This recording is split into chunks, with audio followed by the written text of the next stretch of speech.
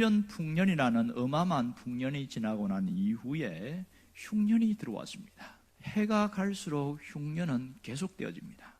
이 흉년은 애굽뿐만 아니라 가나안 전역에도 역시 대흉년이 들었습니다. 애굽에 양식이 있다는 소식을 듣고 야곱은 자식들을 10명을 보냈습니다. 우여곡절 끝에 양식을 사서 다시 돌아오게 되었지요.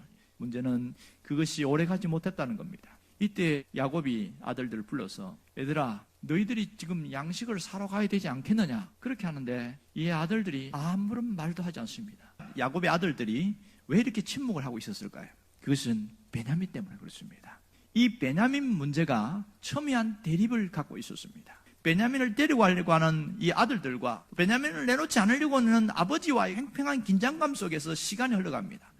왜 야곱은 베냐민을 떼어놓지 않으려고 했을까요? 야곱은 과도한 집착에 빠져 있습니다. 사랑하는 사람을 잃어버릴 것에 대한 두려움이 트라우마로 작용하고 있는 겁니다. 이 야곱의 트라우마는 어떻게 해서 생긴 것일까요? 사랑하는 아내를 잃고 또 사랑했던 요셉을 잃어버리고 그 트라우마가 이렇게 그를 만들어 놨어요. 마지막 하나 남은 게 베냐민이었습니다.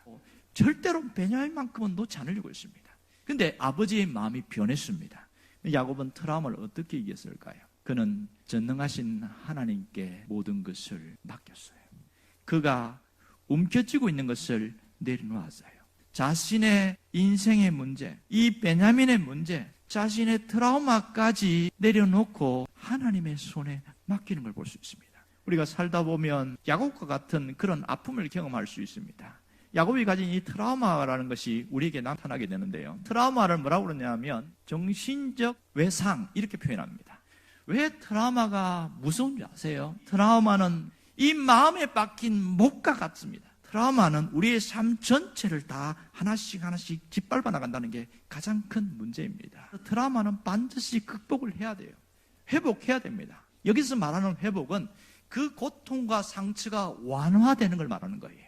트라우마를 갖고 있는 사람들, 크고 작은 트라우마가 있는 사람들에게는 반드시 가져야 될 마음가짐이 있습니다. 생각과 태도의 변화가 반드시 필요하다는 거예요. 많은 분들은 트라우마 때문에 고통하는 게 뭐냐면 그때 내가 이렇게 했으면 그런 자책감이 수도 없이 많이 든다는 거예요. 그래서 필요한 게 뭐냐면 내 잘못이 아니라는 것을 인정해야 됩니다. 두 번째 해야 될 건 뭐냐면 생각의 스위치를 바꾸어야 합니다.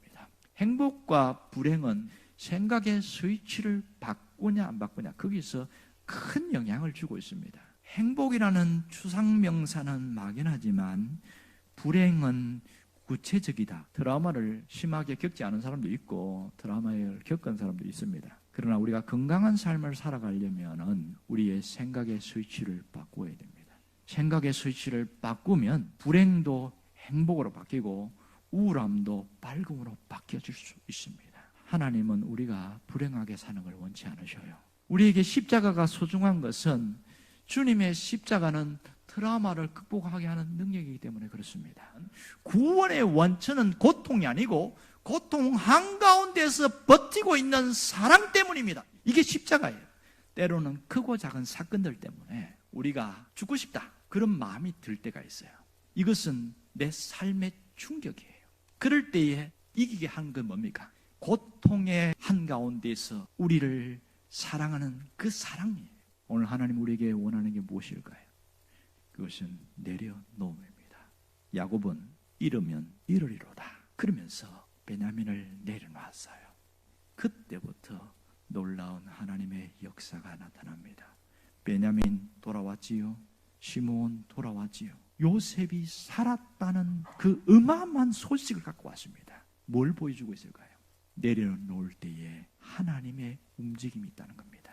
내가 내려놓을 때에 극복하고 이길 수 있는 힘을 주신다는 겁니다. 오늘 우리가 말씀을 붙들고 회복할 수 있기를 주의 이름으로 축원합니다.